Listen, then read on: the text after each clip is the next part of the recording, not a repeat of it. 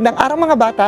Ako nga pala ang inyong kuyang kwentistang si Kuya James at ngayong araw na ito, meron na naman akong isang kwentong inihanda para sa inyo. Pero syempre, bago natin simulan ang ating kwentuhan, ako ay magtatanong muna sa inyo. Handa na ba kayo? Abay, magaling kung ganun. Ang tanong ko sa inyo mga bata, nasubukan nyo na bang magpalipad ng saranggola? Aba, ang ilan dito ay nasubukan ng magpalipad ng saranggola. Pero, ang gumawa ba ng saranggola, inyo rin bang natutunan? Aha, saktong-sakto. May kinalaman niya sa ating kwento. Kaya ano pang hinihintay nyo? Tara, simulan na natin ang kwento. Ang pamagat ng ating kwento ay Bayan ng mga nagliliparang saranggola. Ito ay kwento ni Nat Yuyen at guhit ni Kuwang Tuwan. At atid sa atin ng Let's Read ng The Asia Foundation.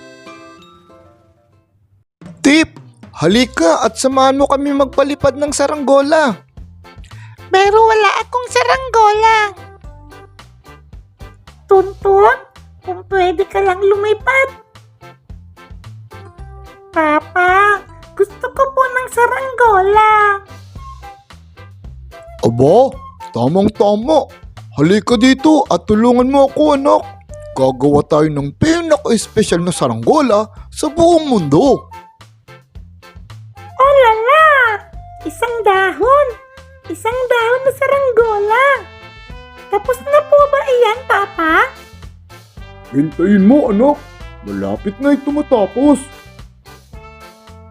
Papa, ginawa po ninyo itong sinuklay na buwan? Iyan po ba ay saranggola na hugis buwan? Isang buntot! Isa na itong isda! Matatapos na po ba? Bilisan po ninyo, Papa! Malapit na pong dumilim! Walala!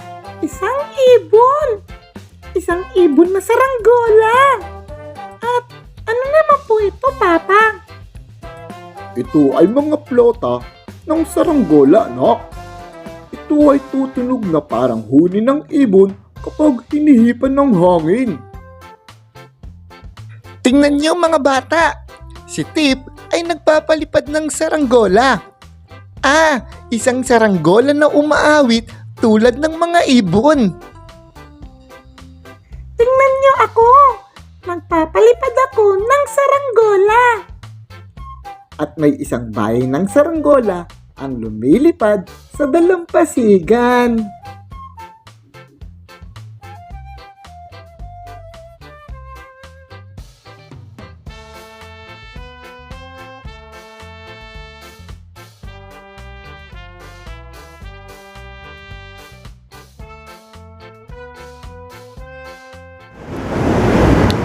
At diyan nagtatapos ang ating kwentuhan ngayong araw na ito. Sana mga bata, marami na naman kayo napulot na aral sa ating kwento. At talagang nga naman mga bata, napakasarap pala talagang maranasan ang magpalipad ng saranggola. Kaya kayo, magpagawa na rin kayo ng saranggola sa inyong kuya, ate, o kailang mama at papa. At sa inyo rin mga kaibigan. Paano? Hanggang dito na lang ha. Muli ako ang inyong kuyang kwentistang si Kuya James na nagsasabing mga bata, lagi kayong magdadasal at magbabasa ng libro. Dahil sa National Library of the Philippines, mag-e-enjoy ka dito. Paano? Hanggang sa muling kwentuhan, paalam!